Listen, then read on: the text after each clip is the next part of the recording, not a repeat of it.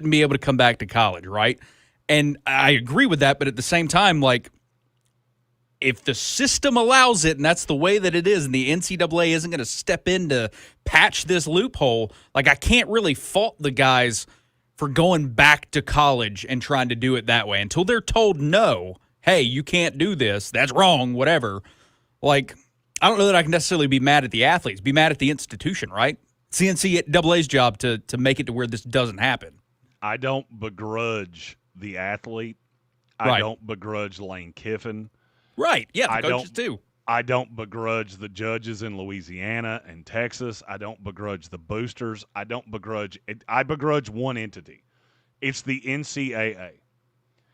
At the net root of it, you are the governing body of this entity. Right, so govern. And at this point, I think you have less control than anyone else does. Mm-hmm. Last 2 hours, Sportsocracy Upstate, be heard here on the Roo, 5 to 7 every weekday. We were discussing just how deep down the rabbit hole this could go, to the point of quarterbacks in this upcoming class could say, I don't want to go to the Cleveland Browns. I don't want to go to the Arizona Cardinals. And if you don't do what I ask, I'll just come back. And I think that's where we're at. I think at this point, high-level college athletes and the agents have more control than the NCAA does. And I have said for 5 years, the day that I say that out loud is the day that the NCAA is actually dead. Because I think it is dead. I don't think there's any putting this toothpaste back in the tube. Because now the Lane Kiffins and the Cody Campbells and all of these people that have a say in college football are looking at the governing body going, why would we agree to anything else? I have money. I have power. You have neither. I don't know if you know how negotiation works. The one with the money and the power is the one that's going to win. Right.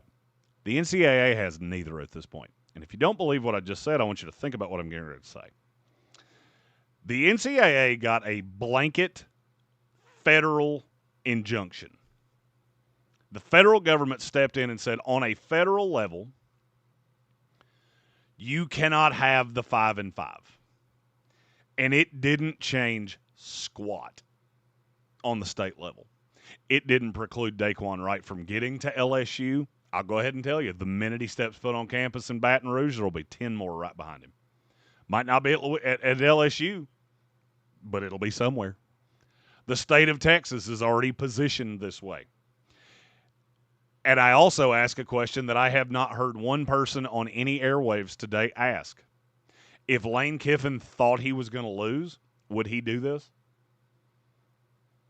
Would I be willing to cut a player? Because to add Daquan Wright, he will have to cut a scholarship player.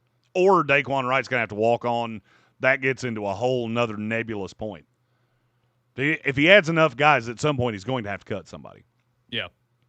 Would I cut a player that either I recruited or I inherited on the off chance that Daquan Wright was going to be found to be eligible? Or would I only do it if I already knew I had the legal on my side? I'm only going to do this if I know I'm going to win. It's one thing to kick a bear. It's one thing to kick a bee's nest.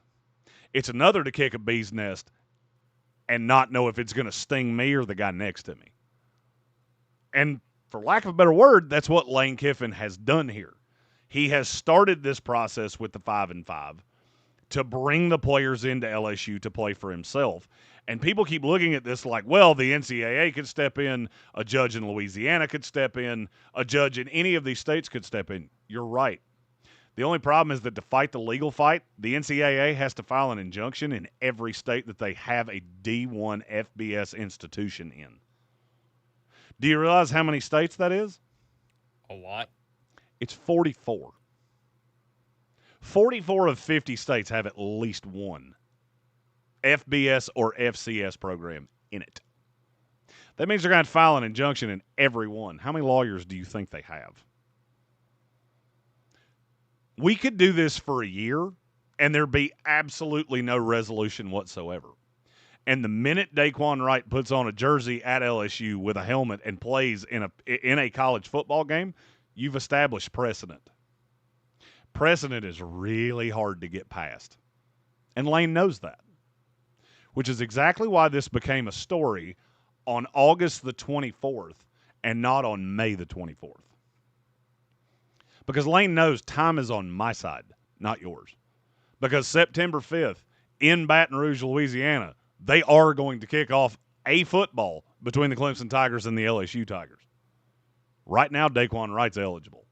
And I'm going to go ahead and tell you, you will not find a judge in the state of Louisiana that's going to overturn this. Federally doesn't matter. This is into a state right.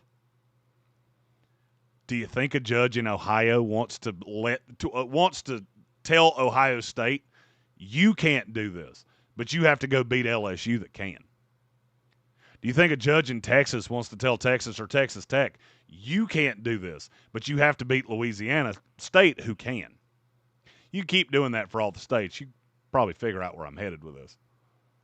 It gets into a big game of what do I get out of this? Judges in large part are elected. Some are appointed, but most are elected. That means I'm going to come up against an election at some point.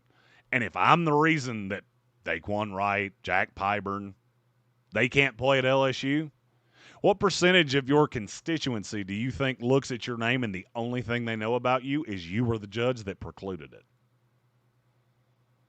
We've gotten to a point in this country where elections happen and 70% of the electorate don't even know who they're voting for. You think I'm going to give you a reason to not vote for me? Or am I going to see that come across my desk and I'm going to go, I think I'll pass. I think I'm going to sit this one out. And that's what we've done with most of these cases over the last 6 years. And it's how the NCAA wound up here. And now I think we've gotten to a point where there's no winning. Because if the NCAA allows this, every smaller level, mid-major, low major is going to go, what's in this for us? How do we survive? Because now you've opened up every portal for us just to be a minor league system for the big boys. If the injunctions actually do get passed through, the LSUs, the Ohio States, the Texas Techs go, why do we have to put up with this? We're officially into a standoff. And the only person that's going to lose here is the NCAA. There is no other path for this to end. College football as we know it is done. The question is, can we find a facsimile of the system to continue enjoying what we watch on Saturdays in the fall? He's Trey Falco. I'm Jeremy Greene. Get involved with the show. The call-in line's open, 864-240-5480. That's 864-240-5480. Or you can shoot us a text, 864-777-9593. We'll be back after this commercial break, brought to you by Ingles Markets. Find them online, ingles-markets.com. Right after this on 104.9 Fox Sports Upstate. Placement, trust the expert who collaborated with Stryker to refine the new Mako robotic power system. Choose board-certified orthopedic surgeon, Dr. Frank Armacida at the Surgery Center at Pelham. With this technology, I can put it with such a high level of precision that I'm getting it within a fraction of a millimeter and really make a custom fit for each individual patient. Schedule your consultation at the world's first ASC to offer Mako RPS for total knee replacement. Surgery Center at Pelham.com. Did you know Skechers makes high-performance footwear for almost every sport you play? Here's what our athletes are saying. Hi, I'm pro basketball player OG Anunoby. I dominate in Skechers basketball. Skechers delivers championship-level performance. I'm WNBA star Jackie Young. Skechers keeps me quick, comfortable, and ready for anything. And you can get high-performance Skechers and hands-free slip-ins technology. Just step in and perform. I'm pro golfer Matt Fitzpatrick. I play in hands-free Skechers golf slip-ins. Find yours at a Skechers store, Skechers.com, or whatever high-performance sports shoes are sold. Free shouldn't come with a catch. With iHeartRadio, it doesn't. No monthly fees, no trial periods. Radio, music, podcasts. Download the free iHeartRadio app now. Hi, I'm Dewey from Dewey's Pawn Shop. We've been doing business in Greenville, South Carolina for over 35 years now. Buying, selling, trading guns, gold, and diamonds. So if you need a 3-carat anniversary present, come see us at Dewey's Pawn Shop. If you need a perfect 3/4 carat diamond solitaire, come see us at Dewey's Pawn Shop. We also do cash loans.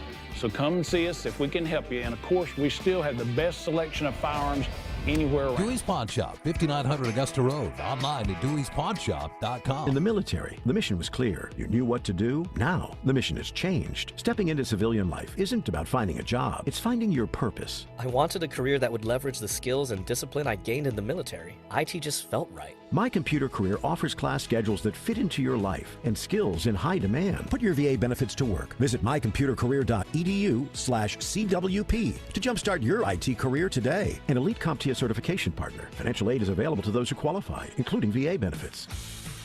The future of cornhole is here. From casual backyard games to professional ACL tournaments, the Cornhole app is your all-in-one hub for the game you love. Keep score, track stats, follow your favorite players, and manage leagues and tournaments with powerful event tools. Whether you're a brand new player or an ACL pro, the Cornhole app connects you to the entire Cornhole community. Download the Cornhole app today. Arr! We be under attack. Man the long nine. Arr! Prepare to be boarded. Flagship, starboard bow. What? No, not by the enemy flagship. By garbage. The beautiful ocean be full of it these days. Many of folk don't know that when they throw their trash on the ground, it eventually makes its way into the ocean. So lend us a hand by always recycling and disposing of your trash properly. And learn more what you can do to keep the ocean healthy at keepoceansclean.org. Brought to you by the Keep Oceans Clean Alliance and the Ad Council.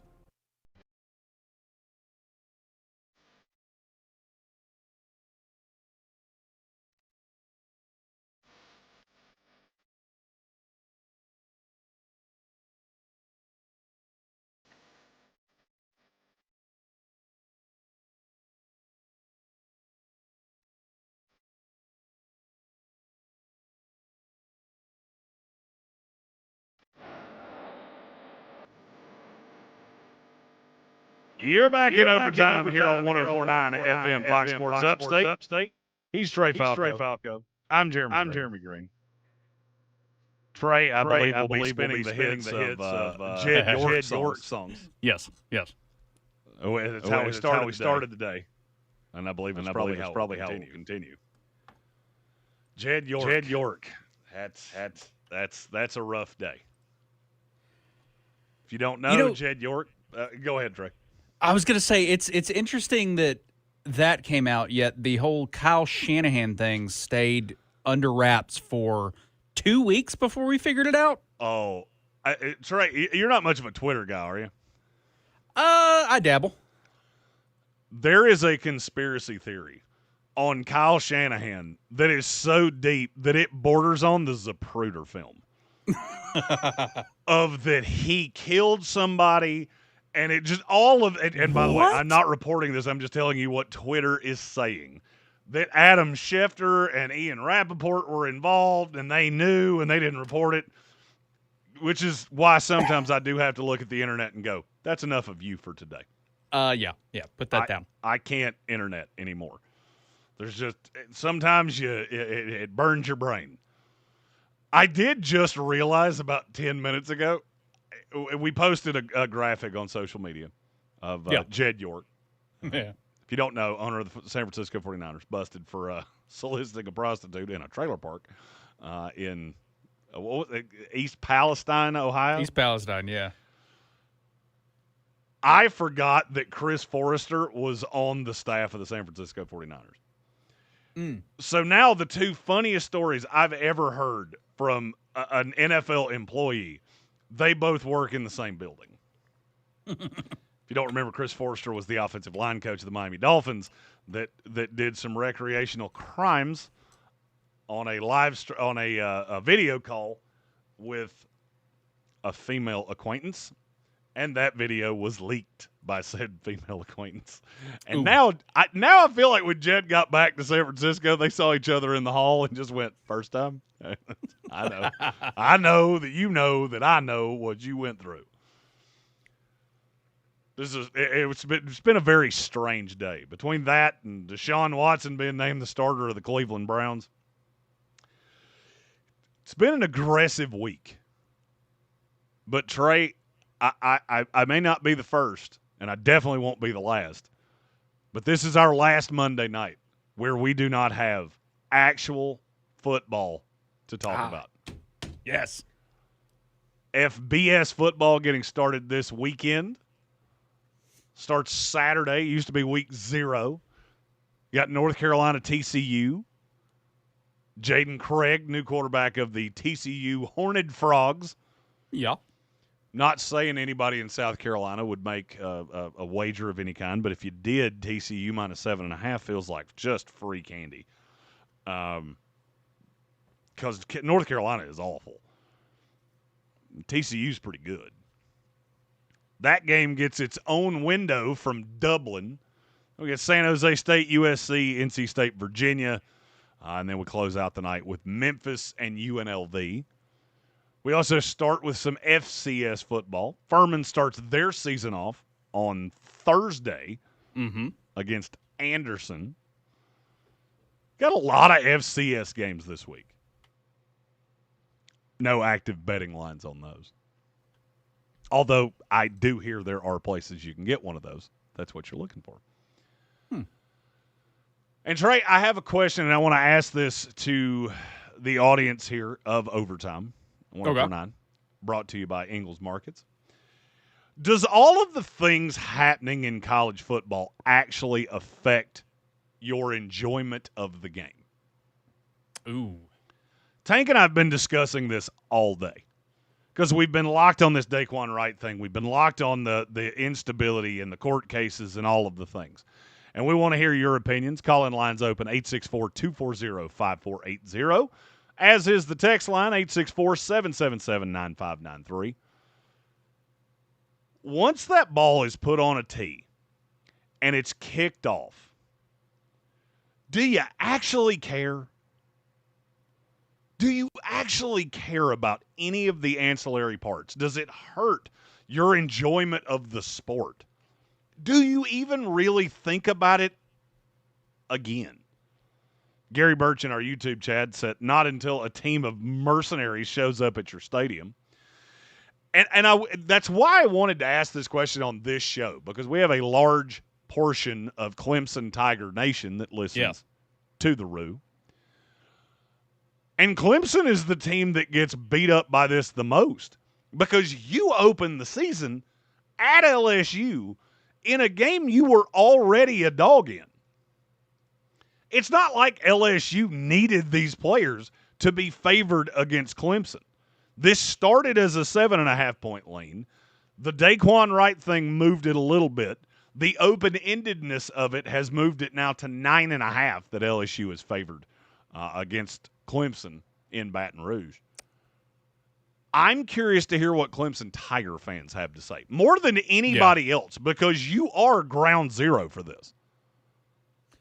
I just wonder, like, if LSU comes into this game and beats the absolute brakes off of Clemson, is the first thought going to be, oh, man, if they didn't have that player or those players that came back, we'd have won?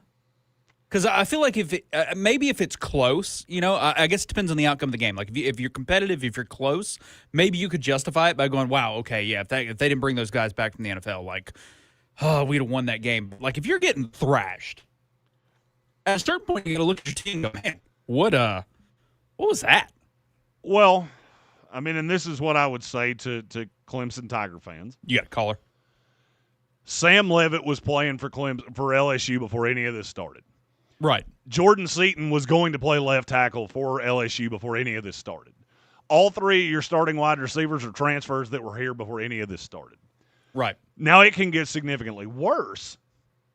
The funny thing that I haven't heard anybody else say yet is you do realize LSU has the other highest-rated tight end in this class too, right? Yeah. Jeremy Greene is the number 1 rated tight end in this class. He was here before any of this started. Right. So I actually think it's worse if the game stays close, because then if LSU wins by a field goal and Daquan Wright has a catch for 15 yards to get him in field goal range, then you actually could ask the question, did this change the outcome? Yeah. We want to hear from you. Call-in lines open, 864-240-5480, and we have our first caller of the night. Caller, who's this? Hey, it's Tim. Hey, Tim, how are you? Hey, I'm doing great. The question you asked made me think, I'm disgusted about a lot of the things that are going on in college football and have gone on for the last couple of years. But when the game starts, I think, for me, I get so wrapped up in who I'm pulling for, and if it's just a good game that I don't have a dog in the fight, I get so wrapped up in it. I really don't think about all this other stuff that's going on behind the scenes that, I still enjoy it the same way. It doesn't really taint it for me. Tim, let me ask you a question. Who is your, just for my own knowledge, who is your college football team? I'm an alumni of Ohio State University. The Ohio State. Hey, I get to see you week 2. I'm going down to the Arch Julian Sayin Bowl. I'm actually covering that one for television. I do have to do the tailgate in a cow suit, which I'm not super excited about. But the listeners of this show showed up for a charity drive, and I said a stupid thing. And sometimes you say a stupid thing, and it means you have to do a tailgate in a cow suit. Yeah. I went to one game last fall at that shoe, so I try to go once in a while if I can. So I'm going to ask, now that I know you're an Ohio State fan, I want to ask a question. And this is actually going to be the overreaching question of the night. So as an Ohio State fan, you're a fan of a team that I would put in that 1A tier. You've got the money, you've got the power, you've got everything. Would it affect your love of this game if we went super conference? Yeah, no, I think it's headed in that direction. No, it won't. And, I always say, I can say this being an alumni, we were one of the highest paid teams even when it wasn't legal. As somebody that went to a school that we didn't have 2 nickels to rub together, I can say we had some players driving some pretty nice cars when I was in school as well. Yeah. So my thought, and this is such a fortuitous call because Ohio State was one of the schools that I was curious about. So long as you get to play Michigan every year, and you still get to play in the big house, and you still got the guy that runs out to dot the I on Ohio, I don't think any of the rest of it matters. Yeah, I think you're right. And it never really crossed my mind till you asked that question, and I thought, because I listen all the time, and I definitely don't like what's going on, and I think it's just out of control. But when the game comes on, none of that crosses my mind. I'm just pulling for who I'm pulling for and enjoying the game because I love watching football. And, I think that's what I have a funny feeling over the next hour and a half. And, Tim, we appreciate the call. We appreciate you listening more than we can say. Thank you. Thank you. I think that's what we're going to get a lot of, is that football has become its own self-sustained ecosystem where we know the fallacies of it. 6 years ago, the Supreme Court came down and said NIL's being wiped away. We all hated the student-athlete thing anyway because we all knew this has become big business. We're selling jerseys with guys' names on it. They're not making a cent off of it. That feels kind of gross. Yeah. If you want to go the path of, well, they're getting their education, I never begrudged you for that opinion at all because you're right. Guys are getting their college education paid for. But then the business got bigger and bigger and bigger. And then we had Maurice Clarett and we had Mike Williams who challenged the NCAA and they got shot down. And both of their careers kind of fizzled out after that. And for me, that always kind of felt a little gross. Maurice Clarett did some things that I didn't love. Mike Williams did less things that I didn't love. But it kind of felt like neither one of them got a shot. They both had the same thing happen to them for a wildly different reason that happened to Deshaun Watson. He missed a full season of play. He came back. He was not the same player. The difference was Deshaun Watson, A, did it to himself, and B, had already made hundreds of millions of dollars by the time it happened. Mm-hmm. Maurice Clarett didn't. Mike Williams didn't. A handful of other guys didn't. But they wanted to challenge amateurism back in the day. And what got me thinking about this was those two names. That was a huge story a little over a decade ago. And then it just washed away. And then targeting was this huge issue of we can't hit anybody, and this is changing the outcome of the games, but we still watched it. And then we weathered that storm.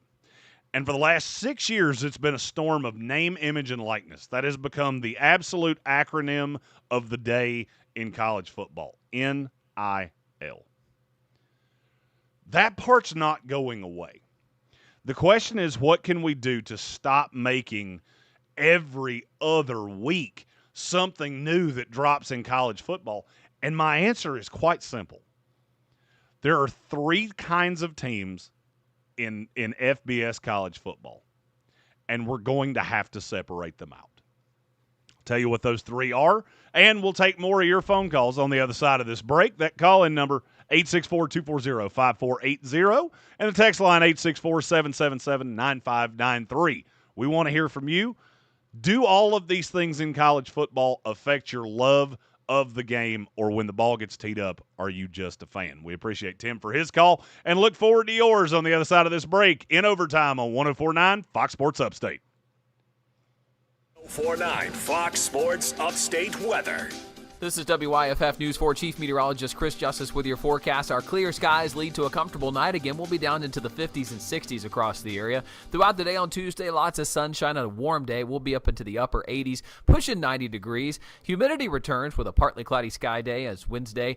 Better thunderstorm chances Thursday and Friday with highs in the mid to upper 80s. This report is sponsored by Mattress Firm. Still sleeping on that old bed?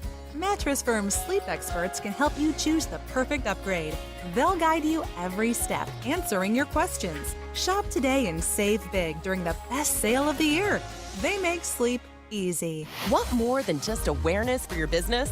An iHeartRadio Music Festival partnership can help your business drive action with sweepstakes, ticket giveaways, and more. Make your business part of the iHeartRadio Music Festival. Call 844-844-iHeart. When you're ready to ride, you don't settle, and neither do we. Harley. Man, the pranksters come out on after 7. What happened? Oh, we had Thomas call in. Who's that? He was, I don't know, Thomas from Miami, and it was very similar to the last call we had on overtime. Oh, the dropped one? Yeah. Indeed. I was like, oh, I'm glad we went to break. No doubt. Oh, so, yeah. These overtime ones are dangerous, man. I'm telling you. Got to have your finger on the pulse. Keeps me on my toes. Oh. I agree, Limu. It's really quite simple. Only pay that for is what one you thing need that at I think we all knew libertymutual.com. as we got more callers. There was going to be more where you went. Earn $70 in Oh, yeah, without a doubt. Yeah, it was only a matter of time. I'm actually really surprised, honestly, that it's taken this long. Oh, no doubt. Like when you first were like, oh yeah, I stream on YouTube and we're gonna be able to take calls, and then the way you set it up, I was like, oh, is that? Oh, I hope my dump button works. Like, hold on a second, bro. You're good.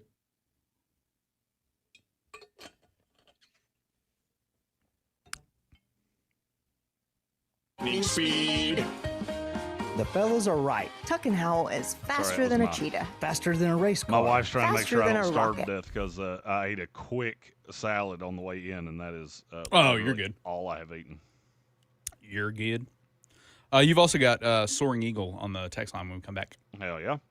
Yeah, I got a couple from the last show that I need to get to, too. Oh, yeah. So that's what I was talking to Rich about earlier. I was like, man, you start, like, the calls roll in, and it's like there's just the whole show's gone. No doubt. It's so easy to get backed up because it just keeps coming, which I love. I still do a show sheet for every show we do. As of right this second, I have gotten through the first line of what I prep for the show. Let's go. Could be worse. Which means I'll never touch the bottom. That's what she said. That's about to say we've all been there. I get it. Yeah, no, I'd much prefer that than I've done shows in the past where they banked on callers and barely prepped. And no, I'm not talking about who you're thinking of, but and it just doesn't work out. Nope. You know? Nope. You got to prep like that phone ain't gonna ring. Uh-huh. All right, we're coming back. All right.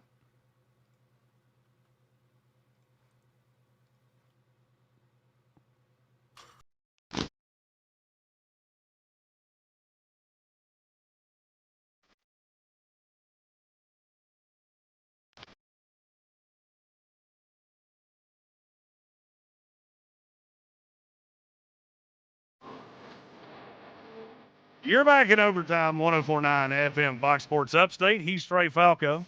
Sweet baby Trey Falco. If you're watching this on the YouTube, you can see Trey's done with the preseason. Oh, am I? Yes, your sweet baby Trey today looks a little disheveled. For some reason, you only have one sock on. You're drinking an iced coffee, which I don't really get.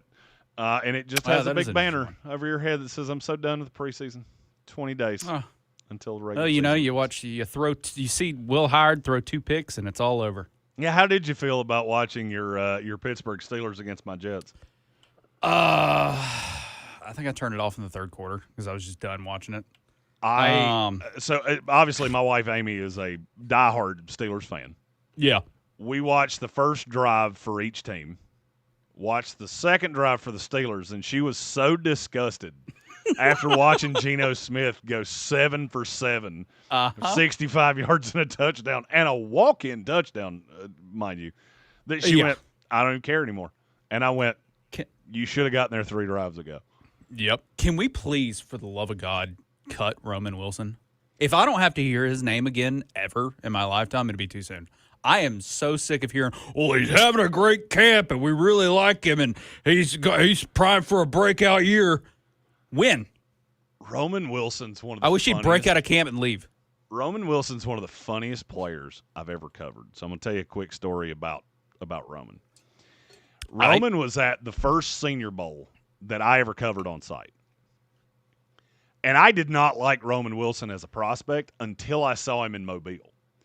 Oh, really? And he was very crafty, and it seemed like he was just open all the time. But then I watched him in the sprints. Senior Bowl practice is just like a gigantic version of a normal practice. Everything's just condensed into 1 week. Okay. And I watched him lag on every single drill. And I'm like, there's something about that that's not sitting well with me. Right. But he's just always open. And then Pittsburgh takes him, and it's a third-round Pittsburgh Steeler receiver, and I'm like, yeah, I've seen this. I've read this book. Pittsburgh's really good at hitting these. Whether it was John Brown, Antonio Brown, they've nailed these third-round receivers so many times, and I just got duped by it. So now I watch practices a little closer, and I call it the Roman Wilson rule. If you're dragging here, you will drag anywhere. Yep. I don't know if you noticed this, the interception that when Roman was on the field, the interception he threw. Or where he cut it back, where he's supposed to keep it flat and started drifting back or whatever. And then he stopped. Yeah. He stopped and did not chase the interceptor. Yeah, he watched him. Yes. And then it was like after 10 yards, he went, yeah, I'm supposed to do a thing. Yeah. I noticed that, and I went, that's not going to help you make the roster there, fella. Yep. I noticed it live. I watched and I said, I've seen that before. I'm fairly certain George Pickens used to do that, but I could tolerate it with George Pickens because he could catch the ball. Yeah, that was that's the Stephen Hill play. Hey, I stopped on a route, and that got intercepted because of me. Watch him run right by me. Yep. They don't pay me to tackle. We are taking your calls, 864-240-5480. We have a call on the line. Caller, who's this? Hello, guys. This is Thomas Beckler. I think we lost connection. Oh. So the fallacy of live radio. Sometimes the connection does not work out. We also have a text line, 864-777-9593. And on the text line, we actually have a couple from the previous show that we need to get to. The first one's from Bill Workman. We were talking about the New York Jets and how many top 20 picks they could have. First of all, I think something needs to happen to Dak Prescott for him to have 3, but notwithstanding. Bill said Jets, if they have a top 3 pick and a pick in the 8 to 13 range, should just draft Jeremiah Smith first, then get the quarterback to go with him with their second first-rounder. It'll work out better for the team long term. You know, as a guy that's heavily invested in doing a documentary on quarterbacks, right? Watching how bad Cleveland is and how bad Miami is and how bad Arizona is and how bad some of these other teams are, I am looking at all these quarterbacks going, uh-oh. You know, like 15 of the 18 could come back if they chose to, right? Brendan Sorsby obviously can't because well, yeah. Well, oops. Also, be remiss if I didn't point out, you do realize the reason he rolled over on that thing was because Cody Campbell looked at him and said, I'm not going to come after the money that I've already paid you that I know you don't have.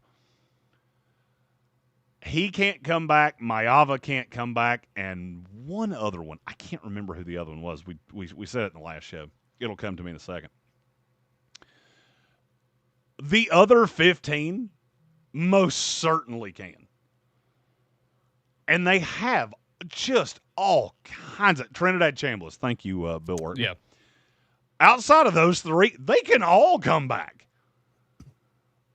So this could be the year of the quarterback adjacent.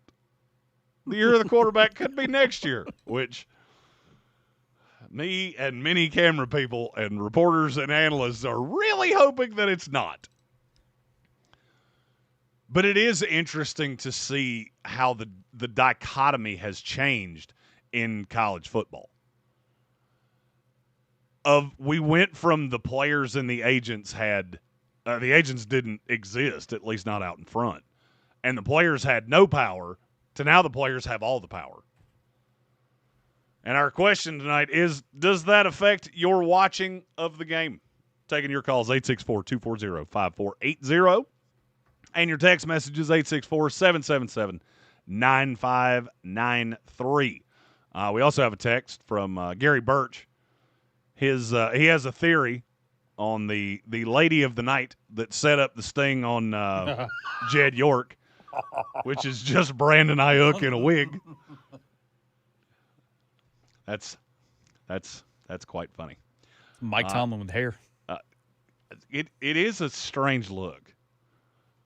Brandon Ayuk's got to be sitting around going, do I just not exist anymore? I feel like he just sits around and goes, oh, okay, like, what do I have to do? I've tried crazy. I've tried quiet. I can't get out of here. Am I just doomed to be on this roster until the end of time? Deshaun Stribling, though, starting to look like a real value pick. We felt like he was drafted a little high. We both liked Deshaun Stribling. Seeing him go 33 was a little shocking, and now he may be the number one receiver for the San Francisco 49ers. If not the one, very certainly the two. It's interesting how those things work out. Our guy Soaring Eagle with a text on the text line that said, okay with this whole Deshaun Watson starting thing. I have a belief that means something that will sound insane, but trust me, it's not. Not with this team and exactly what they did. This means that the Cleveland Browns are the one team who will be in the quarterback derby of 2027 and is not 100% taking one of those quarterbacks. I think they think Shedeur is the franchise guy. Because remember that War Room's reaction to that pick when it was made. Remember Jimmy Haslam's meddling to get in the building. Now you're benching him for the worst quarterback we've seen this decade, not named J.J. McCarthy, to protect Shedeur from dying out there. That is an interesting theory, that it's not that they think Deshaun Watson's better than Shedeur, but that they're trying to protect Shedeur.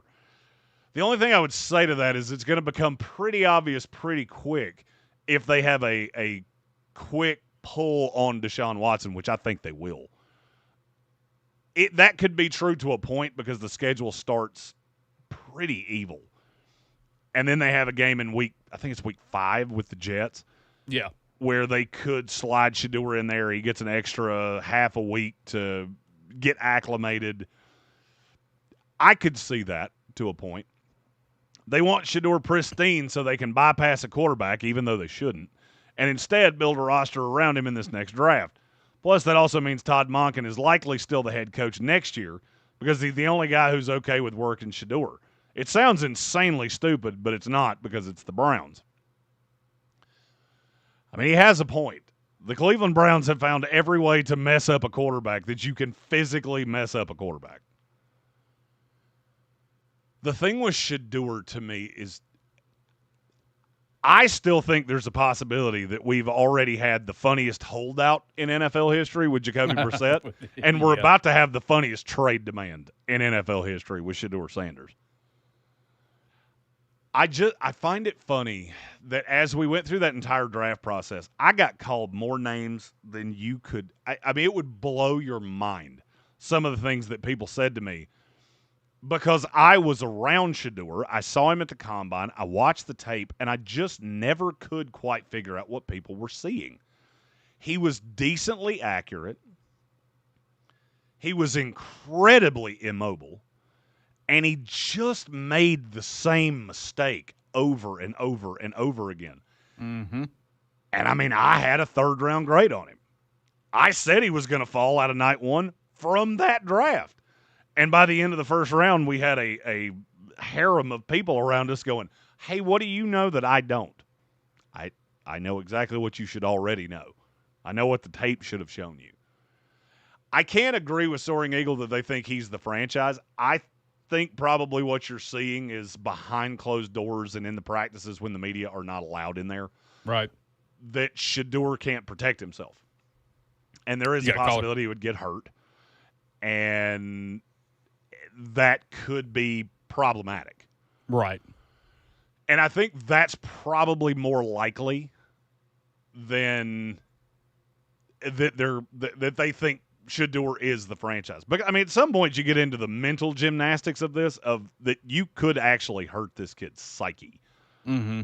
Of, well, they don't believe in me. Do I believe in myself? And a lot of things can get a little bit sideways as you do those things. Soaring Eagle continues. Let me rephrase one of those questions. Remember Jimmy Haslam's meddling because why that war room was so dejected? Because that was Jimmy Haslam going, you take Shedeur Sanders right now. Yep. Now that leads took it. That leads to a different side of this, which is there's never a right time to take the wrong quarterback. Because the thing about named quarterbacks, and this goes from Shedeur being the most recent all the way back to Tim Tebow. When a percentage of the fan base believes in him, common sense goes out the window. And it doesn't really matter what you're seeing because the fan base is not seeing what you're seeing. Yep. They have their orange-colored glasses on or their dog-pound-colored glasses on, and they want the kid to be a franchise quarterback, whether he is or not. And I think that's where we're at with Shedeur, is I don't understand why you wouldn't trot him out there knowing what Deshaun is. But I also see a path that you just don't believe in Shedeur at all. Calling line's open, 864-240-5480. And I believe we have a caller on the line. Caller, who's this? Hey, it's Roger. I got to run my mouth about this situation. Oh, you're good, Roger. Well, I've been supportive, and I still kind of support Deshaun Watson, but he up to the other day, he had been quiet. He doesn't do much social media. I haven't heard him speak much about anything the last 3 or 4 years. He's been low below the radar. And then all of a sudden he has a bad game against Buffalo, my team. Anyway. And he goes out to the media and runs his mouth about a couple of things he shouldn't have. Bad idea, bad look. Not good. Shedeur plays well, plays much better than Deshaun. Shedeur played pretty decent last year. And then after that performance Saturday, now today they're going to announce Deshaun is the starting quarterback. Cleveland and Deshaun are a great combination. You've got complete unawareness in management. And now, I hate to say it, but apparently unawareness of his situation and what he is looking at as far as Deshaun Watson. And then in the middle, you've got Shedeur Sanders. And I feel bad for the kid. Now, I do. But that franchise is just, it's a mess. They are in almost a near impossible situation to get out of without looking bad. I agree. Unless they can pull. I agree with what you say there. Of they're in a no-win situation. So I'm gonna give you a little background on Shedeur. That Shedeur did a lot of things during the process that really ruffled feathers. I've said it on this show that the what got me, the exact event that got me, was Colorado had, I can't remember if it's 3 or 4. It was Jimmy Horn, LaJohntay Webster. He had a bunch of receivers that were in that draft class when he went into the draft. Well, he was at the combine, and the quarterbacks get to pick their podium time first. Shedeur picks the earliest time I've ever seen a player pick, which that part's fine. You got first pick. You're allowed to pick whenever you want. What ruffled me was he had Josina Anderson with him, and they were doing stand-ups and just things that don't happen at the combine.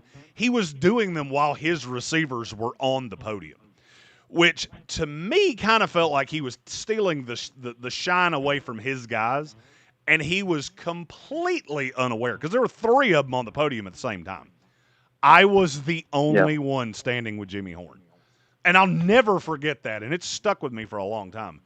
There were teams that told me point blank they didn't have Shedeur Sanders on their board at all because they didn't want that the fan backlash that could come from them not playing him. Yeah, and it's still there. It's going to be there now more than ever. For sure. They've just made that grow. I hope Watson plays well enough to where they can trade him because he needs a fresh start. And it's a complicated situation, but I'll just put it like this.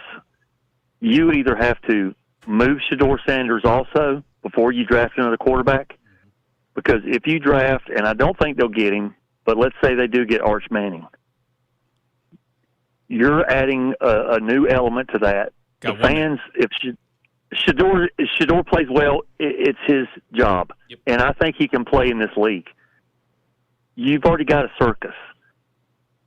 If you go into the draft next year and draft another quarterback after Shedeur plays well, you're asking for a constant daily firestorm like you've never seen before. And you're setting up two guys. You're setting up 2 guys to fail. No doubt. The draft pick and Shedeur. 30 seconds. That's Roger. And that's it. But I think Shedeur's grown because he took the high road a couple of days ago. Oh, he's taking the high road a lot. I've seen some maturity with him. I really do, and I hope he does well. I have too. He has definitely matured as he's been in the league. And Roger, you just it was almost a perfect segue. 10 seconds. You led me into what we're going to start the next hour with. Roger, we're up against the break. We appreciate you as always, my friend. You're in overtime on 104.9 Fox Sports Upstate.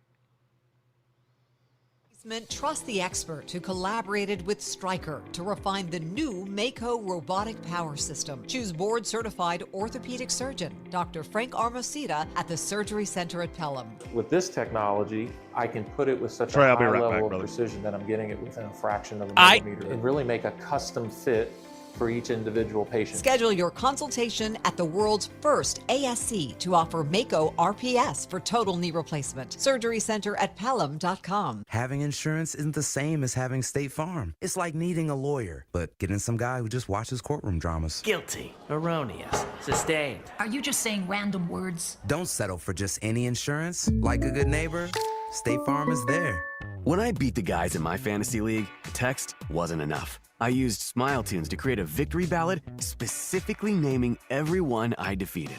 It was the most beautiful way to be a terrible winner.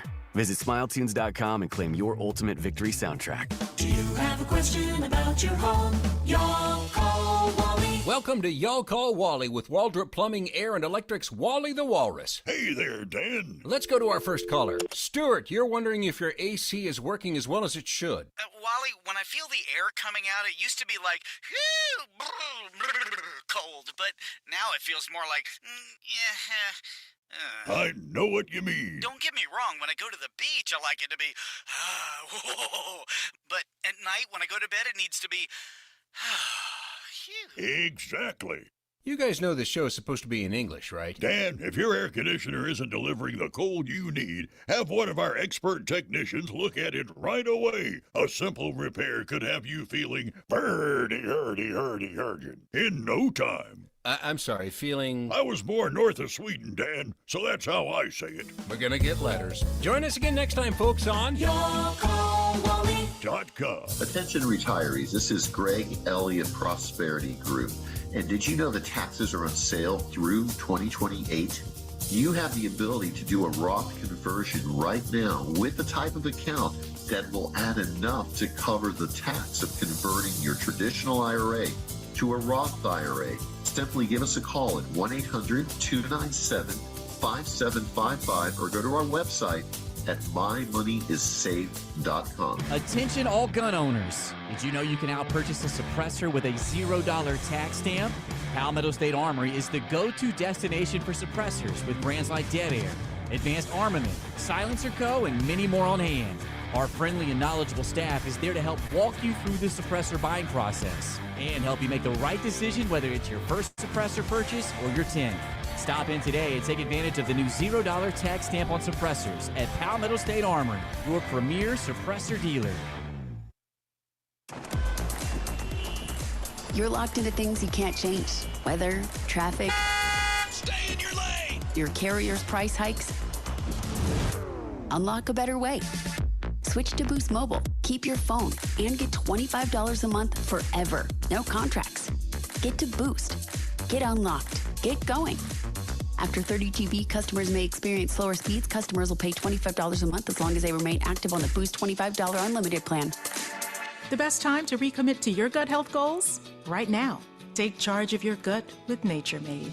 Our clinically studied ingredients support digestive health. Digestive enzymes break down nutrients. Probiotic and prebiotic fiber nourish good gut bacteria. And super greens with probiotics empower daily digestive health. Try the full lineup of gut health support from Nature Made, the #1 pharmacist-recommended vitamin and supplement brand. These statements have not been evaluated by the Food and Drug Administration. These products are not intended to diagnose, treat, cure, or prevent any disease. #1 on your car radio preset and the new and improved iHeartRadio app. From the Ingalls studio, this is WROO-FM Malden, 104.9 Fox Sports Upstate, an iHeartRadio station. Guaranteed human. #1 on your car radio preset and the new and improved iHeartRadio app. From the Ingalls studio, this is WROO-FM Malden, 104.9 Fox Sports Upstate, an iHeartRadio station. Guaranteed human. From the Fox Sports studios in Los Angeles, here's Steve DeSager. There's baseball on FS1 tonight. The Rays now lead 3-0 at Detroit in the bottom of the fourth inning against starter Framber Valdez. The Tigers have lost 5 in a row. At Miami, it's Marlins 1-0 over Boston in the bottom of the fourth. And in the top of the fourth, Rockies scoreless at the Nationals.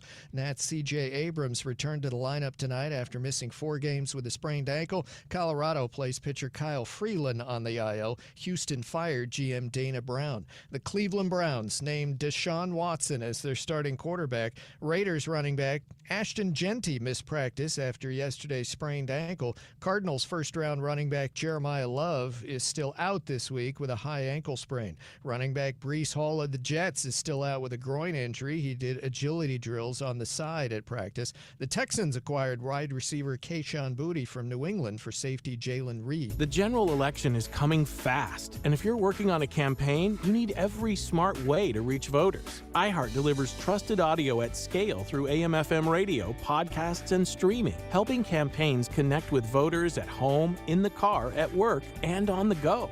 Whether you are building awareness, reinforcing your message, or extending your TV buy, iHeart can help you reach the voters that matter. Put audio to work for your campaign today. Call 844-844-iHeart. That's 844-844-iHeart. I survived 9 months in captivity, and I've spent my life exploring how other people survive what should have destroyed them. I'm Elizabeth Smart, and these are the Survivor Files. Every week, I'm with survivors who lived through the unthinkable, abducted, stalked, controlled, and nearly silenced. These are stories about what it takes to make it out alive. Download the free iHeartRadio app. Search the Survivor Files with Elizabeth Smart and listen now. Labor Day weekend's about making the most of just one more summer weekend. And Tractor Supply's got you covered with $100 off select grills, up to $200 off gun safes, $100 off select chicken coops, and up to 20% off aluminum truck boxes. Whatever's on your Labor Day list, now's a great time to check it off. Shop your local Tractor Supply store or online through September 7th. Tractor Supply, for life out here. Back to school starts now. Get long-lasting battery life on the Dell XPS laptop powered by Series 3 Intel Core so you can work from anywhere. Now starting at $699 with exclusive student pricing starting at $599. Complete your setup with savings on select monitors and must-have electronics and accessories. Limited time deals and free shipping on PCs and more await you at Dell.com/deals. That's Dell.com/deals.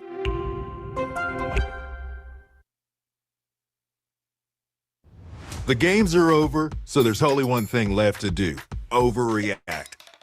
The NFL Draft Nerd is here to weave through the world of sports and separate fact from fiction. Get involved. The call-in line's open at 864-240-5480. You can tweet us, we don't call it X, at the NFL Draft Nerd. Now, here's that creed-loving, bird-fearing, football lunatic, Jeremy Greene.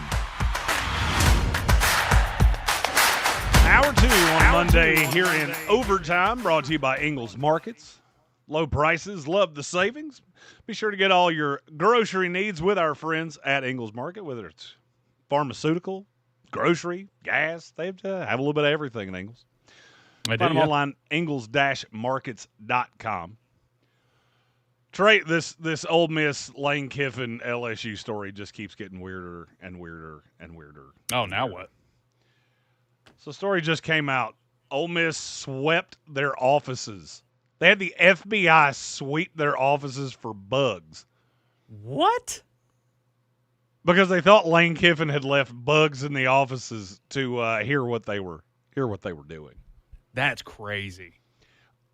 It really is, because I hate to be the bearer of bad tidings here for Ole Miss. You do understand he could not care less what you're doing, right? Right. Because you're not in his class. I don't care where you're ranked in the preseason poll. Just look at the two teams. It's not even vaguely close. And now with 3 additions to the LSU roster, they were already better than you. They're significantly better than you now. Right. Ole Miss at 9 in the initial AP poll, LSU at 11. Feel pretty sure that's not going to stand for very long. And Lane Kiffin came to the podium a little while earlier today, defended himself for recruiting these players out of the NFL. He said basically exactly what I said in the first hour. At the end of the day, because of these rulings, they're either going to play for you or they're going to play for somebody else around the country. So we made the decision to recruit them like probably most people are. Yeah. You're angry at the game, not the player. None of us like this. This isn't where any of us wanted to get to. We didn't want to be here 5 days, 3 days actually, before FCS football kicks off, 5 days before FBS football kicks off. We didn't want to be talking about this.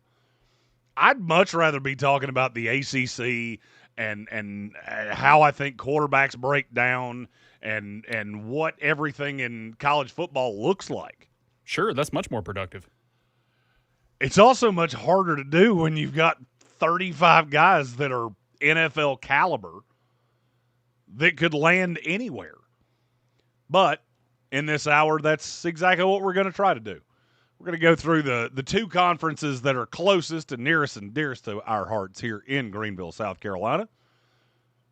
We got Clemson on one side. We got South Carolina on the other side. That's the ACC and the SEC. I'm going to start in the SEC solely because first of all, we're a Gamecock station. Second of all, I'm a Gamecock fan. Third of all, I like the SEC. And it's significantly deeper than what you have across the way in the ACC. I don't know that I've ever walked into a season, and I'm going to for the sake of this argument and for the sake of this hour, where I don't have to mention Lane Kiffin or pro players coming back to college or anything like that. I'm going to act like the roster we currently have at LSU is what this roster is going to look like.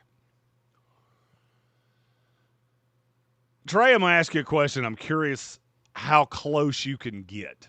Okay. How many teams in the SEC have more than 70% of their production returning from 2025 to 2026? 70%? Mm-hmm.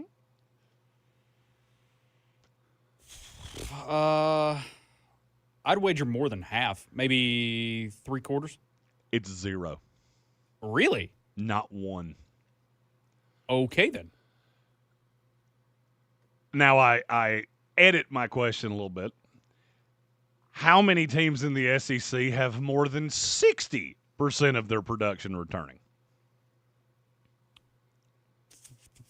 3. It's 9. Okay.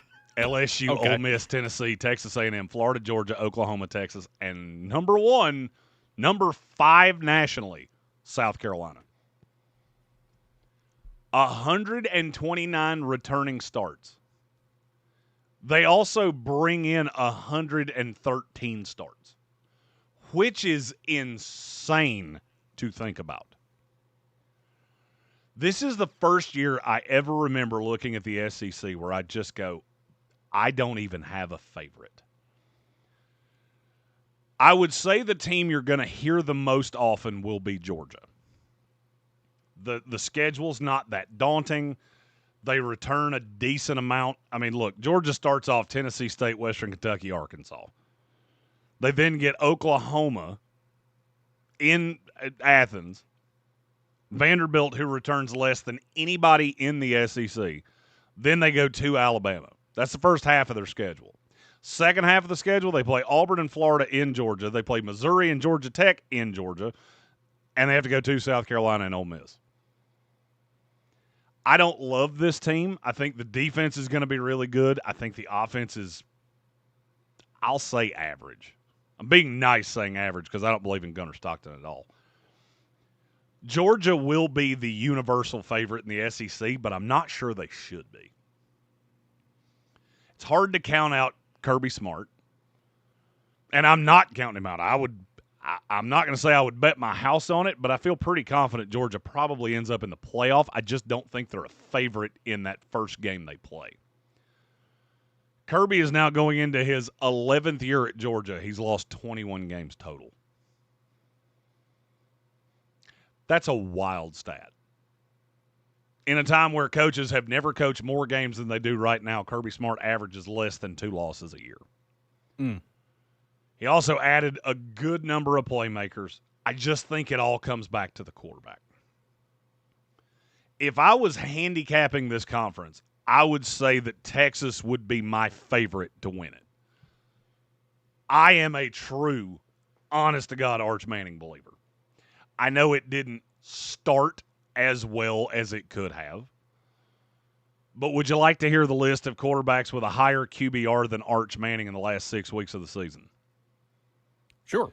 Would you like to hear it again? Because it's nobody. I think as time went on, Arch got more and more comfortable with the kind of quarterback that he is. And this would be a great time for me to say, you do realize who trained Arch Manning, right? He had Archie, he had Eli, he had Peyton. None of the three of them were overly mobile. Archie was the most mobile of the three, not close. Arch is the most mobile Manning we have ever seen. And there was a time where it felt like maybe he's not comfortable outside the pocket. Then we got to a weird stage where it felt like he wasn't comfortable inside the pocket. As time went on, it got better and better and better and better. Now he adds Cam Coleman, one of the best wide receivers in college football, coming over from Auburn to be his new number 1 receiver.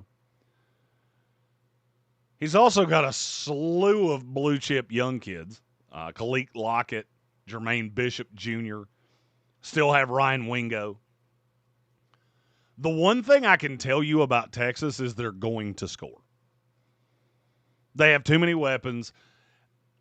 They could lose to Ohio State in week 2. It wouldn't surprise me in the least. That game is in Austin, and I'm going to say that stadium is going to be outrageous. But if you look at the rest of the schedule, it doesn't look as daunting now as it did. They play Tennessee at Tennessee. Tennessee's entire defense has been absolutely rampaged by injuries. Tennessee's not going to look anything defensively like we thought they were. They announced today that Faisal Brandon, the freshman quarterback, will be their quarterback. And that game's really early. Arch was every bit the prospect Faisal Brandon was, and did you see how long it took him to get acclimated last year? It's kind of hard to expect Brandon to do the same thing at Tennessee. They play Ole Miss, Red River rivalry, neutral field. It's a toss-up, but I could easily see them winning it. From there, there's a lot of Mississippi State, Missouri, Arkansas. I mean, yes, you have Texas A&M. You got at LSU. Those are both losable games, and I would say they probably do lose to LSU. It is hard to go into Baton Rouge at night. I think Texas is going 10-2, maybe 11-1. And I think probably one of those losses against Ohio State, which doesn't hurt them in the conference. You get to a certain point with the SEC where you go, what do I actually believe in? And Texas has more that I believe in than anybody else. Texas A&M is a pretty vogue pick because they have Marcel Reed coming back. They have a lot of returning production coming back. But you lost KC Concepcion, who was the player that made that entire offense go. I like Mario Craver, but he's really small. It's hard for me to believe in the most competitive conference, if not one then two in the country, a team whose number one receiver is 5'8" on a good day, and that's standing on a phone book in a pair of high heels. Get another text. I struggle to see how that's going to be as good as what you're expecting it to be. We have a very fortuitous text on the text line. I'm not sure who this is from, but the question is, what's your opinion on Alabama? I'm gonna do a compliment sandwich here with Alabama. I'm really impressed that Kalen DeBoer didn't do that thing that I thought they were going to do, which is start Austin Mack because he's bounced around with Kalen DeBoer. I have not been around Alabama as much in the last year as I have been in the past. I can't tell you I'm bathed in that team to the point of, you should take everything I say here as gospel. The one thing I can tell you definitively, Keelan Russell's been the better of those two quarterbacks, and I don't think it's been all that close. He was named the starter for the first game with East Carolina at the end of last week or over the weekend, one or the other. So I am very impressed that Keelan Russell will get the start. Where things get a little tough with me with Alabama is the recruiting under DeBoer has not been as good as what it's been in the past. And the talent acquisition has still been there. I just don't necessarily think they have the high-level NFL talents that they've had in the past, and now looking at LSU and Texas, even Texas A&M to a point, and Georgia, that has a lot of NFL talent. I think Alabama is a borderline playoff team. Looking at the schedule, there are a good number of pitfalls there. I think Alabama's schedule looks really easy early, but it's not as easy as it looks. And the pitfalls are not necessarily where you would think they are. East Carolina, you're going to blow them out. It's in Tuscaloosa. You will beat them aggressively. They lost their quarterback. It's not going to be pretty for ECU. Florida State in week 3, you owe them one, and trust me, you're going to pay it off. The two I keep looking at are South Carolina, who has played them tough multiple times in the last handful of years, and Kentucky. Kentucky's the one that everybody thinks I'm out of my mind. Will Stein has the trajectory to be a Kirby Smart level coach. I do not believe he will do it at Kentucky, but he brought in a lot of talent. And to have a young starter who will not be overly seasoned against a very creative offense in Kentucky that has a lot of talent and a slightly more seasoned quarterback, I could see that being a trip-up game for Alabama. where things kind of there's a meaty portion of the schedule that scares me to death if I'm an Alabama fan. You go Georgia, at Tennessee, Texas A&M, at LSU. Save Texas. That's as evil as a stretch goes for Alabama.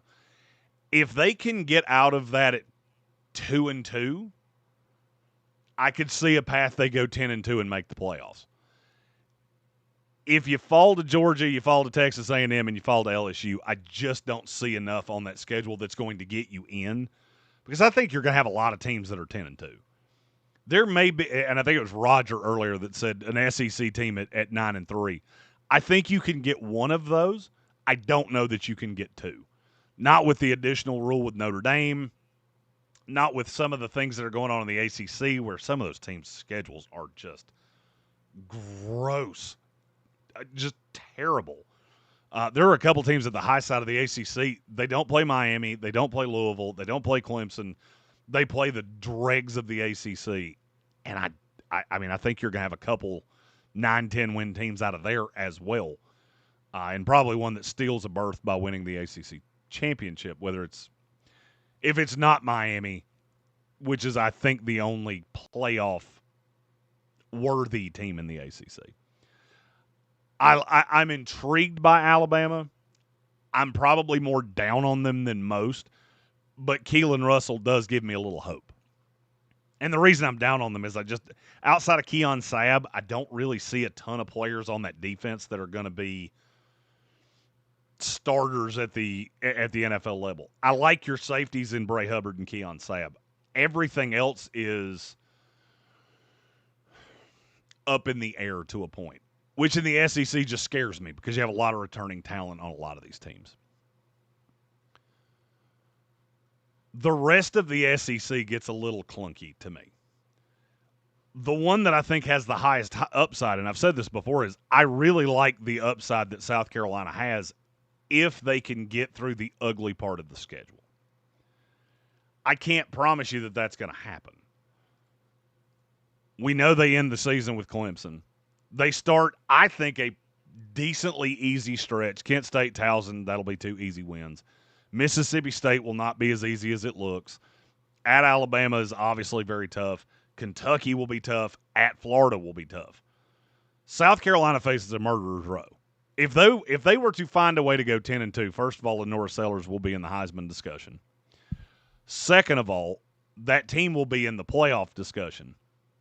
And I'm not sure that South Carolina can't find a way to be in the playoff discussion at 9-3 if they lose the right games. If they lose to Georgia, Texas A&M, and I'll say Alabama, the rest of those wins are going to look pretty good, and you didn't really have to win much on the road. If you beat Georgia, all bets are off, and that game is in Columbia on November the 21st. South Carolina and Kentucky are the 2 wild cards that I look at and go, if this goes right, it can go really right. If it doesn't go right, it can go really wrong. But I think both will be, at the very least, bowl eligible. I would say South Carolina's floor is probably 6-6. Kentucky's is probably 6-6 as well. The 2 interesting teams in the SEC that I have not discussed yet, and I don't include Tennessee here, but just solely because I think their defense has absolutely been gutted by injuries. A lot of players that were brought in, whether it's Chaz Coleman, that is no longer with the program, they've lost a bunch of talented players. The 2 that intrigue me, but for completely different reasons, are Oklahoma and Ole Miss. Trey, I believe you've heard me say this ad nauseum. What are the 2 most important things on a college football team?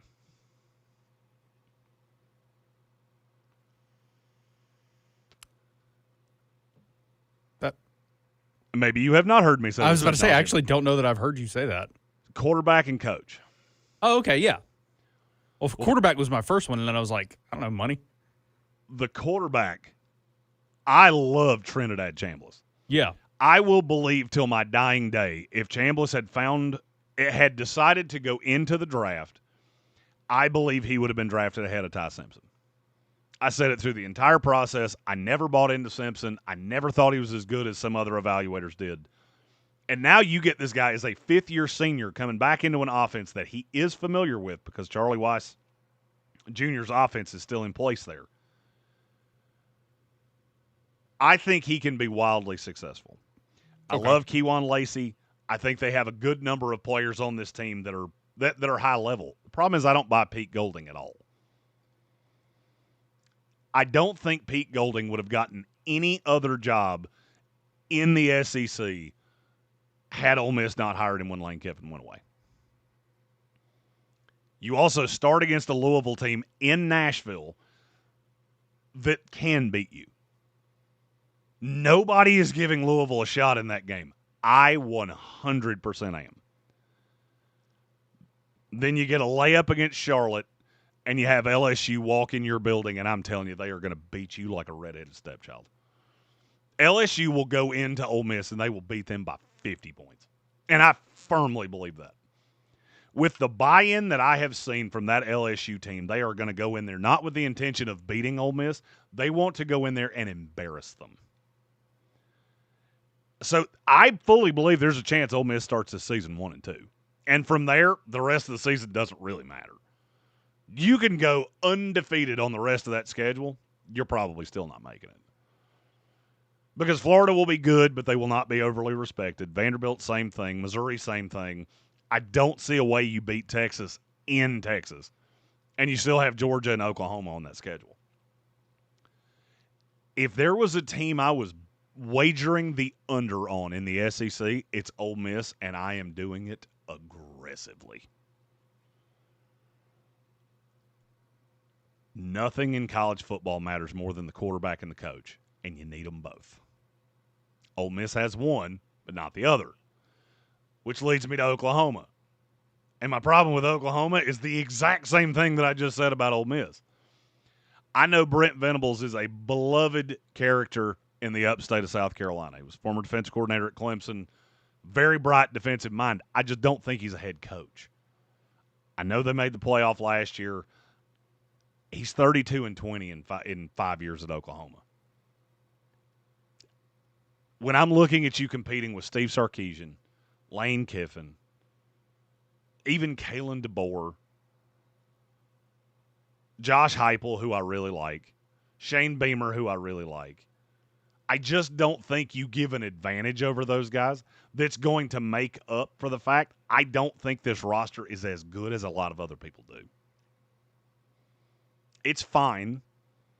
They'll hold up they'll hold up defensively. I think they could even be really good defensively. I just don't know what to make with Mateer. I've had a lot of scouts tell me they threw out the tape after he got hurt and none of that matters. Yeah, I still saw it.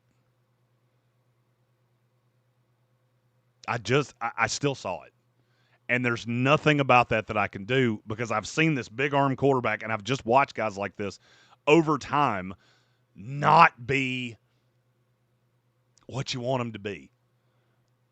And it does scare me with Oklahoma. Is there anybody else in the SEC you think we need to talk about, Trey? I think you hit all the big ones. Missouri.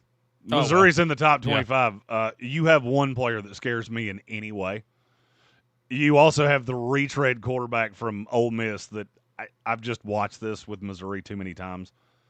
Austin Simmons, he's fine. There's a reason he couldn't win the job at Ole Miss.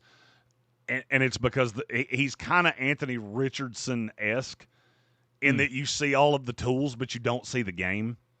And I don't think Missouri's good enough to uphold that. Florida is also a little interesting. The problem is Florida appears on every schedule of every team that I just said that I like. They play South Carolina, they play Texas, they play Georgia, they play Oklahoma, they play Kentucky. Right. At some point, you're going to get caught too many times, and your wins are just not going to be impressive enough to make up for it. But I do think John Sumrall will be a massive improvement at Florida. May take some time, but he's recruiting at a high level. And then Auburn will score some points. We'll see them week one. Them and Vanderbilt, to me, you just don't have the talent because you lost so much. And Mississippi State will be annoying. And to me, that is what you have in the SEC in 2026. We got to take a commercial break. The call-in line is still open. You can get involved with the program, 864-240-5480, or hit us with a text, 864-777-9593. It's last call for calls, text messages, carrier pigeons, all the things. Here in overtime, he's Trey Falco. I'm Jeremy Greene. We'll be back to close it up on a Monday right here on 104.9 Fox Sports Upstate. Is your car and home insurance. And now we're customizing this late-night ad to make you more alert, which could help your driving.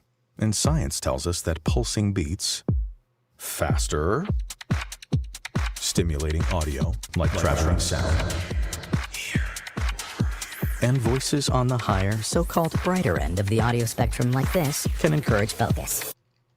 Also, a familiar tune can help, so... Liberty, liberty, liberty, liberty. You don't pay for iHeartRadio. Our advertisers do. That's why it's always been and always will be 100% free. Radio, music, podcasts. Download the iHeartRadio app now. Having insurance isn't the same as having State Farm. It's like needing a lawyer, but getting some guy who just watches courtroom dramas. Guilty, erroneous, sustained. Are you just saying We're gonna stack this break. Don't settle for just any insurance. Like good Yeah, we may neighbors, as well. State Farm is there. 10-4. Remember when everyone was creating those LeBron tribute songs? Now it's your time to shine. Create your own with Smile Tunes. Honor your Can I favorite ask a player, stupid team, or question your here? Little League star with a custom song from Smile Tunes. Visit smiletunes.com and create your own anthem. What was that, Jeremy? I said, can I ask a stupid question here? Sure. I hear this commercial about 17 times a day. Uh-huh. Was there a time people were making LeBron tribute tunes? Because I don't remember that. I swear to God it didn't actually happen. Weren't they doing... I mean, I know they had the LeBron memes going on where he's doing like he's brushing his hair or whatever. Yep. I saw that. I don't know about like tribute tunes. I don't know about that. I hear this commercial on both networks at least 3 times a show. Yeah. Tank and I have looked at each other before and gone, do you know what they're talking about? Because I don't. Nope, sure don't. We got Billy on the line when we come back. 10-4. Did you tell him it's going to be a little bit of a long break, but we'll get him as soon as we come back? Yeah, I'll let him know. You're the man. Yes, sir. Or went completely bonkers yet again. Download the free iHeartRadio app, search for the Solid Verbal College Football Show, and listen now. Find your iHeartRadio everywhere. There are hundreds of ways to experience iHeartRadio at home and on the go, beyond the iPhone and Android app and at iHeartRadio.com. Here's another way to connect to iHeartRadio. If you've got a Roku TV, then you've got iHeartRadio right there in your living room or bedroom. iHeartRadio is available on every Roku TV, Roku Smart Soundbar speaker, or Roku players. And with Roku's voice search, you can easily access your favorite artists or radio stations with simple voice request. Your iHeartRadio music, radio stations, and podcasts now on your big screen TV with Roku. Check it out for free now. iHeartRadio. Anywhere you want to listen, iHeartRadio is there.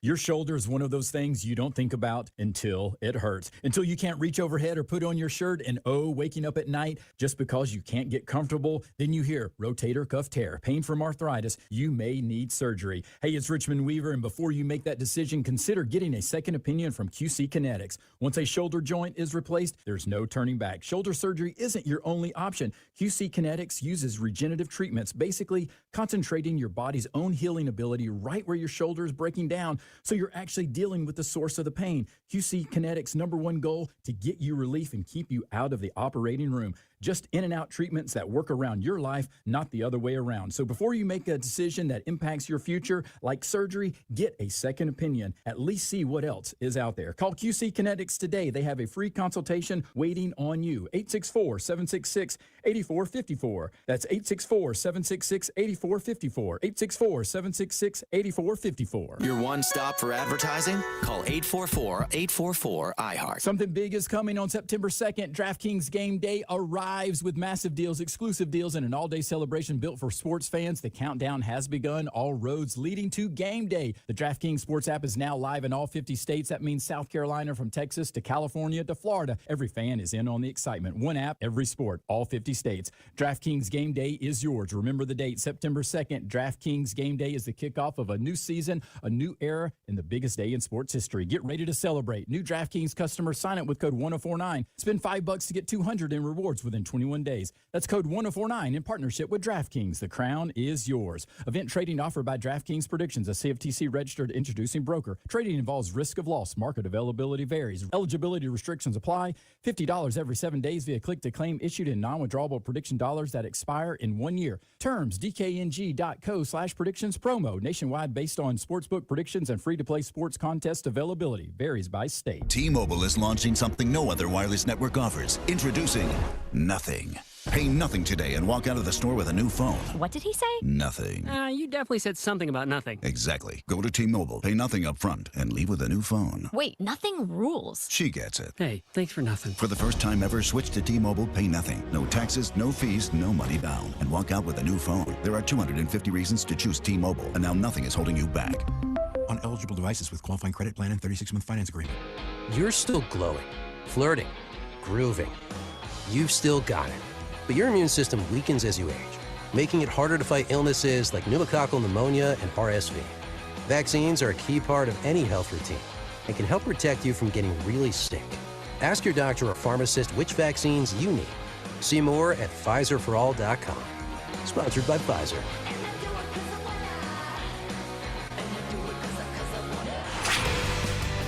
Thanks to you, we're helping teachers bring more opportunities, creativity, and learning into their classrooms every day. iHeartRadio's Think a Teacher, powered by Donors Choose, making a real difference for teachers and students. And we're not done yet. Keep listening as we get ready to recognize and reward some truly inspiring educators. Celebrate this year's incredible teachers and the difference they're making at iHeartRadio.com/teachers. I got smart about mortgages. Now it's my house I go home to. I got smart about credit cards. Now paper or plastic has a whole new meaning. When it comes to your money, whatever you want to get smart about, you can find it at smartaboutmoney.org. Smartaboutmoney.org is a free online resource from the National Endowment for Financial Education. We're an independent nonprofit foundation dedicated to helping people just like you get sound information about money. Smartaboutmoney.org. It's the easy place to start when you want to get smart.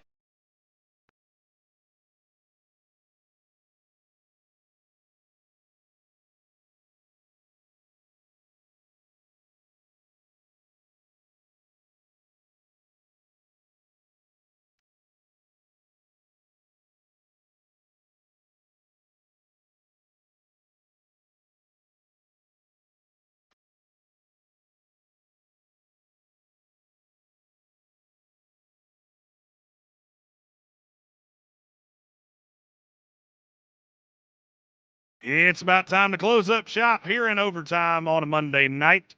1049 Fox Sports Upstate. He's Trey Falco. I'm at the NFL Draft Nerd, Jeremy Greene. Our last full week. Trey, it has come to an end. The Sahara Desert of no football is done. Feels good. How many weeks do you think it takes before I regret that I just said that? 3. That's the right answer. That is the number. I've looked at the schedule, and trust me, 3 weeks in, I'm going to go, oh, what have I done? What have I done? Is that high or low for your Jets? What's the average? Oh, the Jets I don't have any belief in, so they're already okay. dead You're talking to about me. The Commanders. Yeah, I mean. We can't do 5 out of respect to Jaden Daniels, so it has to be 4 or 6. Bingo. We must keep 5 clean in respect to Jaden Daniels. So I'll say 6 weeks into the season I go. Don't care about anything but watching good games and betting on it. Our call-in line is still open. You can get involved, 864-240-5480, or with a text, 864-777-9593. We got Billy on the line who did just that. Billy, how you doing tonight? Hey, Jeremy, Trey. Hopefully you guys are having a good night. I've been listening since about 5 o'clock, guys. Well, actually, even when Richmond was on. So I love the station, love what you're doing, Jeremy. So thank you for everything that you're doing here. But I wanted to go back and touch a couple of topics that you've had, during the, 3+ hours you've been on here in this market. The first one is, what's going on in the NCAA, specifically in college football, but really, honestly, it's across the board. I'm with you. Me and you are lockstep. I can tell you this right now, Jeremy. We are lockstep on a lot of things. I heard your rant about 2 or 3 weeks ago about baseball, with the way the Dodgers are scheming the system or playing it or whatever. And I think you're 100%. Yeah, that was the most perfect, rant I've ever heard as far as baseball goes. I think me and you are lockstep on this thing with college football too, or with the NCAA, however you want to put it. Collegiate athletics. There's no putting the toothpaste back in the tube, buddy. I mean, this genie's been let out of the bottle, and I think the only way this is going to stop now is if there's some kind of legislation written by Congress, because otherwise you're always, listen, I know you don't like talking politics, and I'm not going to really bring politics per se into this conversation, except you can look at what goes on in politics. They judge shop. The left judge shops, the right judge shops. So for every left-leaning judge, the right will find someone that's right-leaning, and they'll just go back and forth. We're going to see the same thing in college athletics now, and they're going to have legislation to stop this. Otherwise, I don't think it's stopping. I don't know, and I think you tend to agree with that.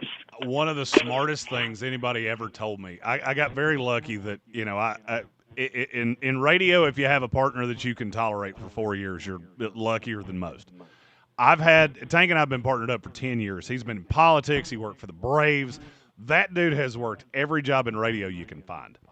He told me from the very get-go, because I told him, I hate politics. I don't want to do that. He told me, he said, you at least have to have a precursory knowledge of it for one very simple reason. Whatever's happening in politics is going to happen in sports, because a lot of times the lawyers are the same.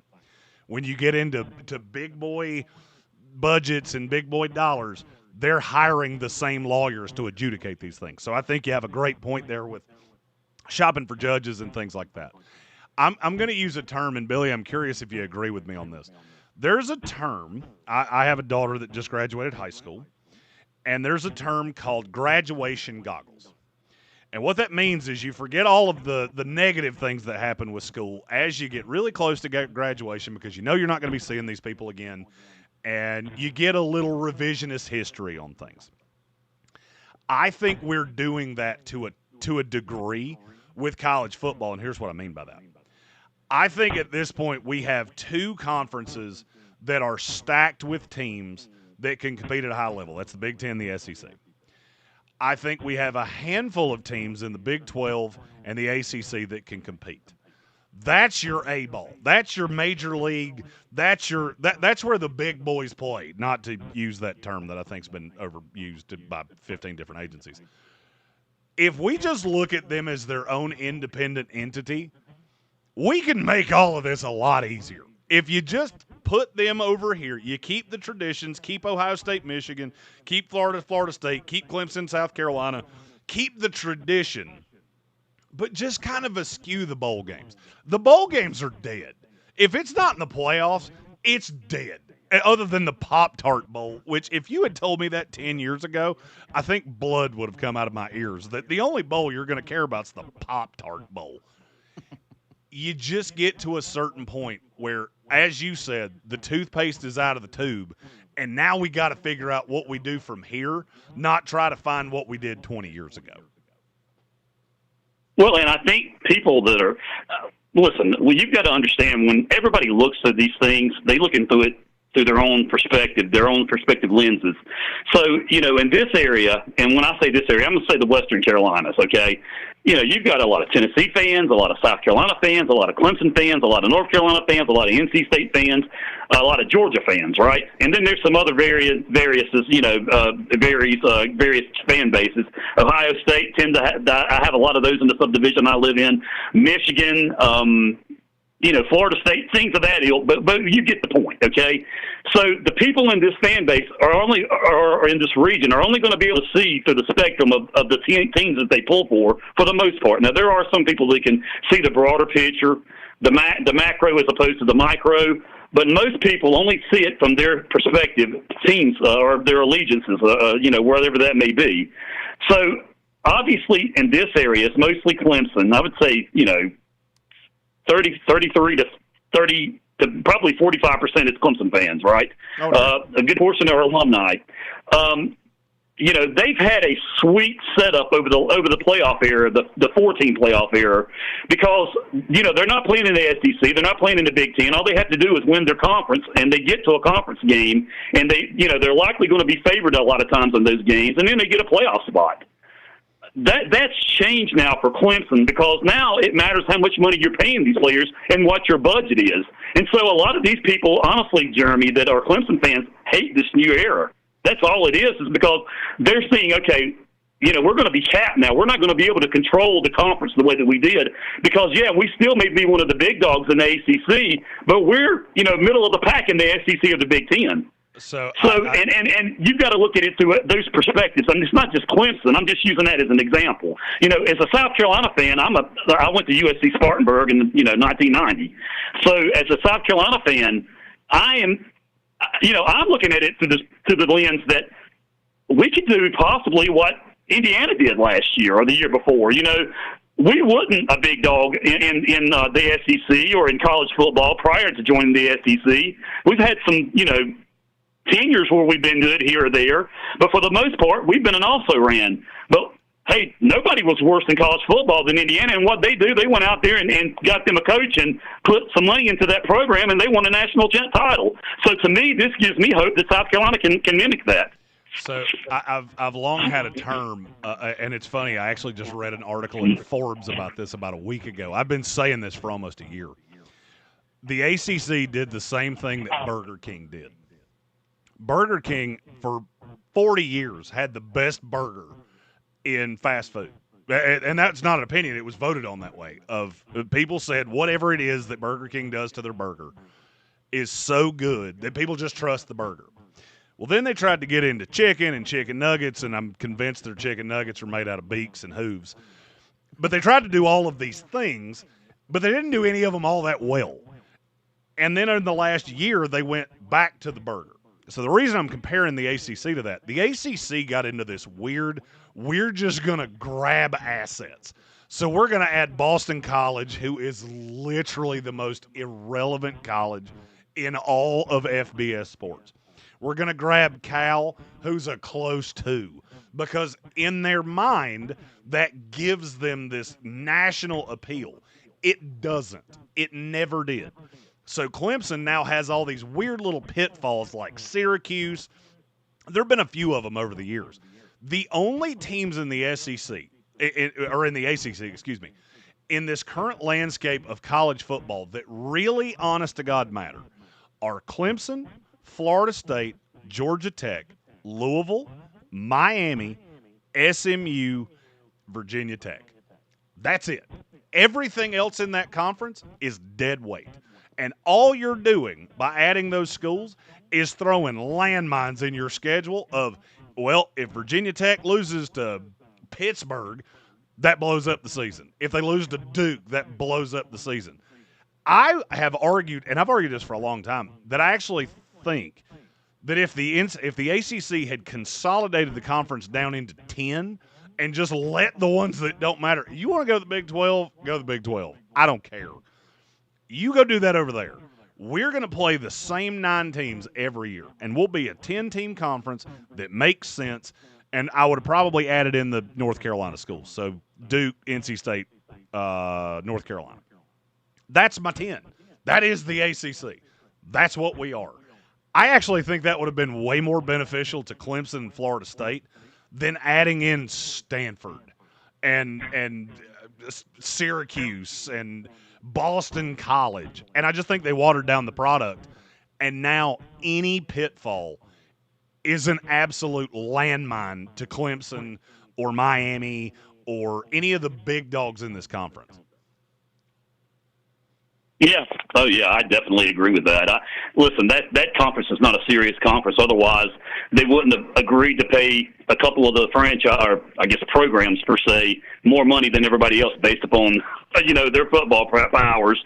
No real serious conference does that. So that's a time bomb waiting to happen. They're going to get picked or poached from the schools that the SEC and the Big 12 want when this thing continues to expand. And that's all I'll say about the ACC. But I want to get into the SEC real quickly because I know you got to get to a break. Okay. I heard you talking earlier about Arch Manning and the SEC, and I agree with everything you said about that. If you go back and watch film of that Ohio State game last year, and I know that wasn't his first start because he had a couple prior to that, but that was his first true start, let's be honest. Yeah, on the road versus that defense. Yeah, exactly. On the road versus that defense that had a bunch of first-round draft choices. He made a couple of throws in the the second half, Jeremy, at that game, that there's only a handful of NFL quarterbacks that can make. No doubt. I think, I'm with you, I think it's going to be Texas and A&M in the SEC championship. I think we're going to get a rematch. And I do think South Carolina's a sleeper. I think they're going to be closer to what they were 2 years ago than what they were this past year. Anyway, Jeremy, I appreciate it, brother. I'll let you get to a break. You have a good night. I always love the show. Hey, Billy, we appreciate you. We always appreciate the kind words. And we appreciate callers that have an opinion that they want to discuss. And we can still do that. Phone lines are still open, 864-240-5480, or you can hit us with a text, 864-777-9593. Our guy, Vic Shelton, hit us with a text, said, give me 3 teams that will take a step back in 2026 and 2 or 3 that will take a step forward. His that go back are Texas A&M, Illinois, and Ole Miss. I would agree on definitively 2 of those, Illinois and Ole Miss, and I kind of agree on A&M. His going up are Auburn, UCLA, and Michigan. I think UCLA is going to be good. I think it probably takes a year. I'm not a big buyer in Nico Imaliava. I think Auburn needs probably another recruiting class, but so far Alex Galesh is doing pretty impressive things there. Michigan's weird for me because I like your coach way better now, and you added some players with Kyle Whittingham. I just think the Big Ten is so tough, and I think Penn State's in a good situation. I think Ohio State is a juggernaut. I would agree they take a step forward in terms of talent. It may not be as big of a step forward in terms of wins. It sounds like we have a caller on the call-in line. Caller, who's this? Hey, Jeremy, this is Randy. How are you? Hey, Randy, how are you? Good to hear your voice, my friend. Yeah, I got a new job. It's been busy. Hey, life happens, man, but it's football season. Yes, exactly. So, time to reprioritize, right? Unfortunately, I'm having to do the same, and my wife is realizing that that means as of tomorrow, there's a lot of things contending for the time. Yes. Yeah, that's a good way to put it. So, question for you tonight is up here in New England, we finally saw Kayshon Boutte get traded. He's been on the trade block for something like 2 years. And he's been rumored, like heavily rumored to be traded, obviously, this preseason. Do you think they got enough for him? And what do you think about Jalen Reed as a fit into this team? And then, like, a lot of us up here kind of thought maybe safety was all right, and, corner was maybe all right depth-wise, and there were other positions, linebacker, edge, perhaps even tight ends that needed addressing. What do you think of the whole deal itself? I mean, I have to say, and Randy, we appreciate the call as always. I agree with you because I love Craig Woodson. Craig Woodson was one of my little draft finds a few years ago. I think Kevin Byard is a really high-level safety. He's older for sure, but the thing with the Jalen Reed deal, and teams do this, and sometimes it just confuses the Blue Blazes out of me. A guy is, for whatever reason, not beloved by a coaching staff, which is what it felt like with Vrabel and Boutte. And they almost feel like it's an addition by subtraction. I just never saw it that way because to me, Boutte and Romeo Doubs, yes, they do the same thing, but if one of them gets hurt, and Romeo Doubs has had a decent number of injury issues over the years, I feel like they're almost interchangeable pieces. Now, I've had NFL GMs tell me that I'm out of my mind on this, and you don't have enough pieces or positions on the roster to have redundancies and things like that. I don't think New England got enough. I mean, I don't necessarily love their depth at safety. Dale Pettis and Mike Brown, and now Jalen Reed. Two of those guys are going to make the roster. I think Jalen Reed's going to be one of them. I don't think they would have made that move for a 28th, 7th-round pick if they didn't think he was going to make the roster. I had to go back to my evaluation on him out of college because the thing with the Houston Texans is guys in that secondary just don't get enough run for me to really – I mean, unless you're considering him as just a special teamer, because that's a lot of the run that he's gotten, whether it be in camp or I don't have a locked-in opinion. He was a draftable player for me in 2025. I just haven't seen much of him outside of that to know really what it is you're getting. Now, I do like the front office. New England's always done a really good job of finding guys that line up in their system and do what they're looking for and play the Patriot way. I'm just looking at a player that didn't play over 100 snaps at any position in his rookie year, and really all I saw him do as a defensive player was play against the run. So is that something I feel like they needed? Sure. Having a third safety that can do that, I get that. What I don't understand is were you just so out on Kayshon Boutte and it was just never going to lead to a contract that you were going to get anything for him because you didn't have enough spots on the roster? I will say wide receiver is going to be tight for New England because I'm looking at 6, even with the trade, A.J. Brown, Romeo Doubs, Demario Douglas, Mac Hollins, Kyle Williams, Efton Chisholm III. Those 6 guys are making the roster. And I guess New England looked at it as a crunch of would we rather get a late-round draft pick that maybe can help us move at some point and a special teamer that can make the roster as opposed to just cutting Kayshon Boutte outright. That's about the best I got because I do think Kayshon Boutte was worth more than what you got for him. We also got we appreciate you, Randy, for the call. Glad to hear your voice. It's always good when you hear a voice that you haven't heard in a minute. It's the beauty of this. It's like a big family of sports-loving individuals.